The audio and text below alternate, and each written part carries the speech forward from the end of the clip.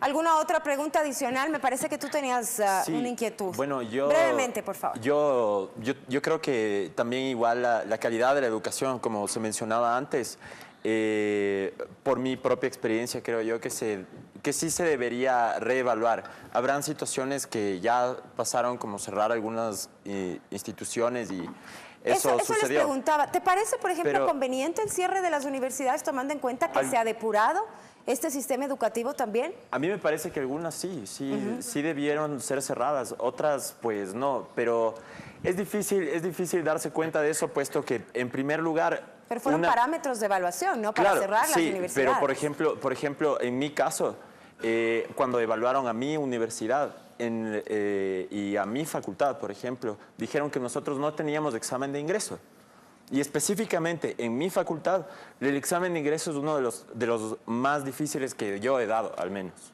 Cuando son universidades de garage, sí, pero en mi caso, nada que ver. No es una universidad de garage y mi facultad ¿Tu universidad tampoco. sigue abierta? Así es la es, diferencia. sí, sigue abierta, pero yo creo que los mecanismos, o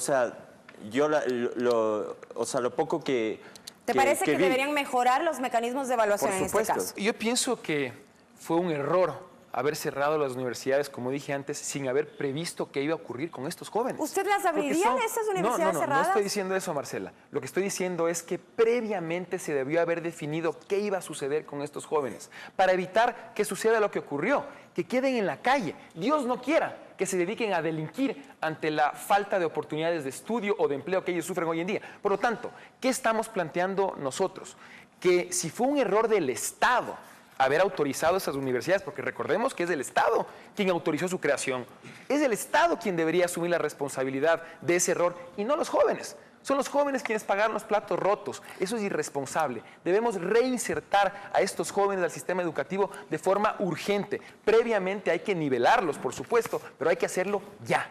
Si es que no me falla la memoria, son alrededor de 38,000 jóvenes que salieron de esas 14 universidades cerradas que están ya estudiando en otros institutos y en otras universidades, si no me falla la memoria. Pero Tenemos Marcela, más perdón, preguntas. hay muchos miles de jóvenes que todavía no lo están haciendo.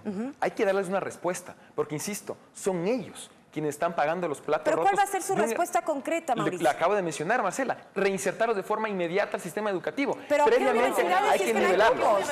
Previamente hay que nivelarlos. Y para ello hay que avanzar, como señalé, en la ampliación de la capacidad educativa. Por supuesto hay que construir más universidades, sin duda. Y hasta tanto eso no es de la noche a la mañana. Bueno, hasta tanto, podríamos, por ejemplo, aplicar los sistemas de nivelación educativa. Hay formas de hacerlo, Marcela. Lo que no cabe es que a estos jóvenes se les deje sin oportunidades. ¿Cuánto invertirá en eso, por ejemplo, doctor Rodas? Bien, nosotros hemos planteado un programa de fomento a la calidad de la educación superior que en el costará aspecto concreto que usted nos señaló. 45 millones de dólares en promedio al año hemos pensado destinar para trabajar en este rubro específico. Tengo una pregunta para usted también. Llega a los otros países, les mencionábamos, por ejemplo, que tenemos jóvenes compatriotas que viven en diferentes partes del mundo y vamos, me confirman, sí, a hacer un contacto en este momento con Patricio Burbano. Él está en Madrid, España. Tiene 28 años de edad, es periodista y vive fuera del país desde hace 10 años. Patricio, buenas noches. El candidato Rodas te escucha. Adelante. Por favor, acá. Tengo una pregunta para usted. ¿Qué opina de los embargos hipotecarios en España y cómo haría usted para evitarlos en el Ecuador? Muchas gracias. Doctor Rodas. Bueno, ahí es cuando viene el tema de contar con una regulación efectiva del Estado en materia económica.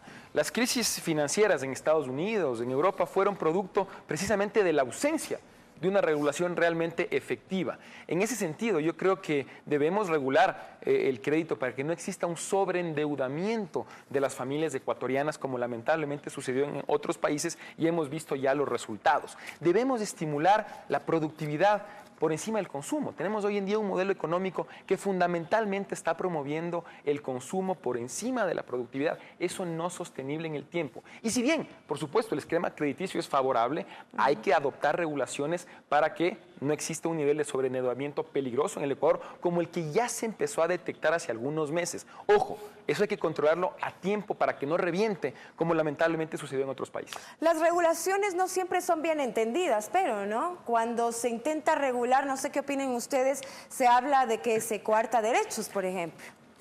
Claro. ¿Cuáles serían las estrategias que usted utilizaría en su gobierno en caso de ser elegido para o sea, manejar este tema? Bueno, reglas claras de juego, estabilidad y seguridad jurídica. Mira, un aspecto fundamental para promover la productividad en un país es la seguridad jurídica. Un país como el nuestro, en donde en 6 años hemos tenido 10 reformas tributarias, no está generando las condiciones de confianza, de certidumbre, como para que un pequeño, mediano o gran empresario arriesgue su capital, monte un negocio o amplíe uno ya existente y genere el empleo que todos requerimos. ¿Y cuánto tiempo se necesita para lograr eso? O sea, si ha habido tantas reformas y todo, ¿cuánto tiempo necesitaría? Es que eso es justamente lo que hay que frenar. Hay que definir un marco regulatorio claro desde el principio de nuestro mandato y al mismo darle estabilidad en el tiempo.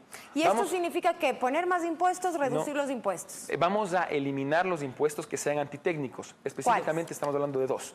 El impuesto a la salida de capitales, que en lugar de evitar la salida... Solo mencionémoslos porque ya no tenemos tiempo. En lugar de evitar la salida de capitales, ha evitado la entrada de capitales. Y el otro que vamos a eliminar es el impuesto a la tierra, que desalienta la productividad en el campo. Pero regresamos una cosa más, pensando en torno a la regulación, tú hablas de los impuestos y en general, pero ahora pensando en el pueblo como tal, o sea, en nosotros que no somos empresarios ni que invertimos, ¿cómo generarías control para que no haya ese endeudamiento excesivo que se da en otros países, por ejemplo, respecto a los bancos?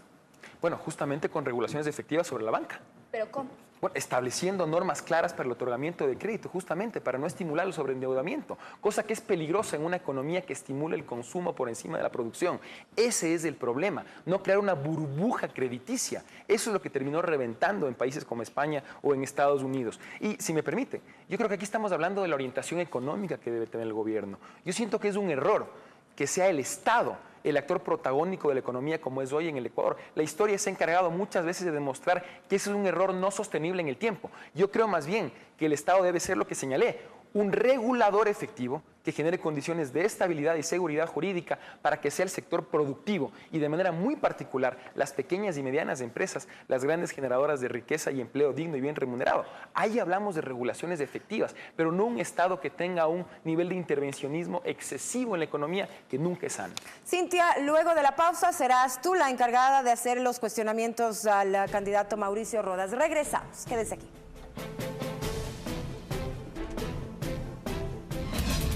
3 de cada 10 ecuatorianos no destinan tiempo a la lectura.